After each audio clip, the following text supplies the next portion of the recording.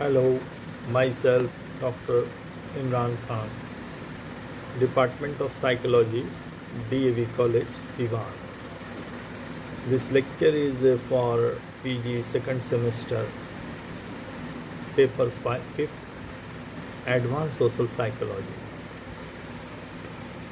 Today I am going to present the three process theory developed by Kellman. Herbert C. Kellman 1958 ने सामाजिक प्रभाव के जिस सिद्धांत का प्रतिपादन किया उसे थ्री प्रोसेस थ्योरी के नाम से जाना जाता है। केलमैन ने मनोवृत्ति परिवर्तन की व्याख्या सामाजिक प्रभाव की तीन मनोवैज्ञानिक प्रक्रियाओं के रूप में किया।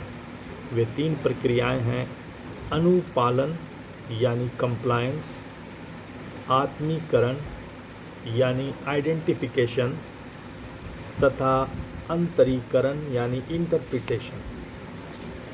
केलमैन का विश्वास था कि जब किसी व्यक्ति की मनोवृत्ति में परिवर्तन होता है तो उसके पीछे उपर्युक्त तीन सामाजिक प्रक्रियाओं का गहरा हाथ होता है।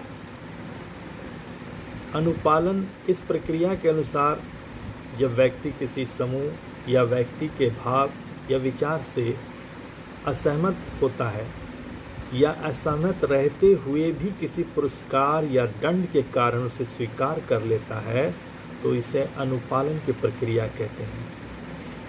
केलमैन ने यह भी कहा कि अनुपालन की स्थिति में व्यक्ति का विचार या व्यवहार प्रभावित करने वाले व्यक्ति के विचार एवं व्यवहार के अनुरूप केवल बाह्य रूप से ही दिखता है, इसलिए ऐसा परिवर्तन केवल क्षणिक एवं अस्थायी होता है। उदाहरण स्वरूप एक बच्चा अपने माता पिता के डर से संभव है कि दूसरों से विनम्रतापूर्वक व्यवहार करे, जबकि वास्तव में वह उस व्यक्ति से घृणा का भाव रखता है। दूसरे शब्दों में ये भी कहा जा सकता है कि अनुपालन की स्थिति में व्यक्ति का निजी मत तथा आम मत में समरूपता ना होकर अंतर होता है। जहाँ तक आत्मीकरण या आइडेंटिफिकेशन का प्रश्न है, आत्मीकरण की प्रक्रिया में व्यक्ति किसी दूसरे व्यक्ति या समूह के विचार या व्यवहारों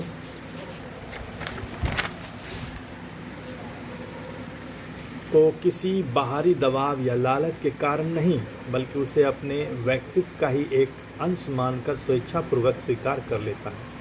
केलमैन के अनुसार आत्मीकरण स्पष्ट रूप से उस समय स्थापित होता दिख पड़ता है जब एक व्यक्ति किसी दूसरे व्यक्ति या समूह के विचारों एवं व्यवहारों को इसलिए स्वीकार कर लेता है क्योंकि वह व्यवहार उस व्यक्ति या समूह के साथ एक संतोषजनक आत्मीयता का संबंध स्थापित करने में सहायक होता है।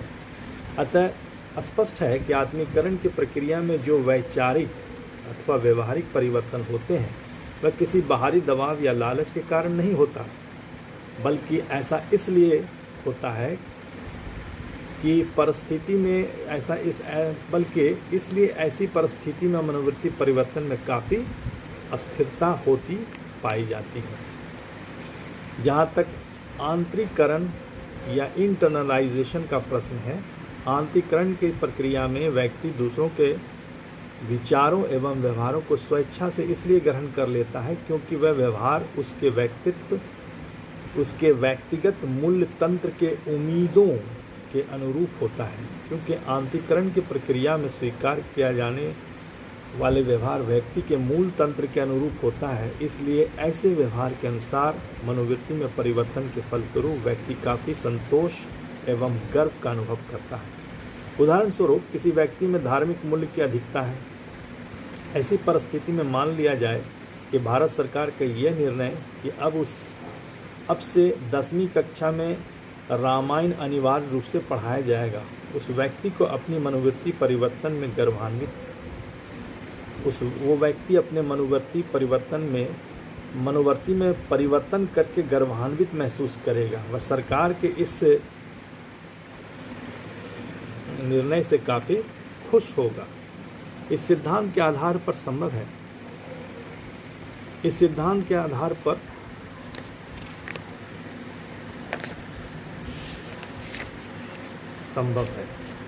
केलमैन का विचार है कि आंतरिकरण के कारण हुए मनोवृत्ति परिवर्तन अपेक्षाकृत अस्थायी होते हैं। अतः उपर्युक्त व्याख्या के आलोक में ये कहा जा सकता है कि केलमैन ने जिन 3 मनोसामाजिक प्रक्रियाओं को मनोवृत्ति का आधार स्तंभ माना है, वह मनोवृत्ति परिवर्तन की संपूर्ण व्याख्या करने में सक्षम नहीं है।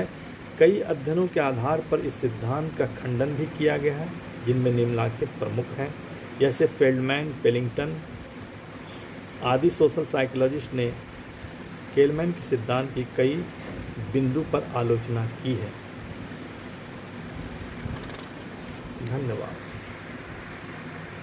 धन्यवाद। अगर कोई डाउट हो तो आप पूछ कर क्लियर कर सकते हैं।